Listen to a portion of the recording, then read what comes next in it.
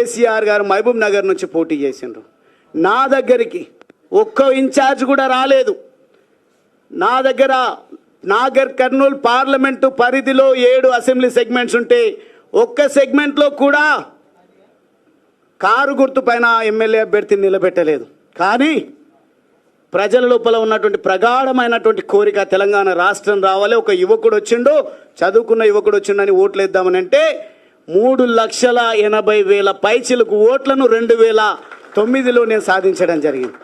కొంచెం ఇట్లా ఆర్గనైజ్డ్గా గువ్వల బాలరాజు వస్తున్నాడు అంటేనే ఇక్కడ ఉన్నటువంటి పెద్దలందరూ కూడా వచ్చింది.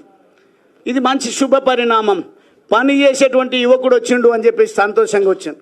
కానీ ఎంపీ పార్లమెంటులో అడుగుపెట్టే ఆస్కారం ఉన్నా కేసీఆర్ గారి దగ్గర మొత్తం కూడా దేశాన్ని కాపాడాలంటే మోడీ గారు బలగాలను మోహరిస్తూ ఎవని ఊహకందని విధంగా ఆటంకవాదులను, ఉగ్రవాదుల స్థావరాలను ఏ రకంగా సింధూర్ పేరిట, ఆపరేషన్ సింధూర్ పేరిట అంతమొందించిండో ఆ రకంగా చేయాల్సినటువంటి అవసరం ఉండే నా దగ్గర కూడా అది చేయలేదు.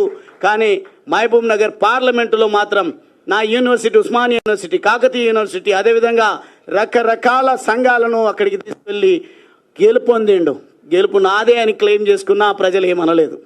కానీ అదే పని నాతో కొంత ఒక 10% కూడా నాగర్ కర్నూల్లో ఎఫర్ట్ పెట్టి ఉంటే 31 సంవత్సరాల వయసులోనే పార్లమెంటులో అడుగుపెట్టే అవకాశం ఉన్నది.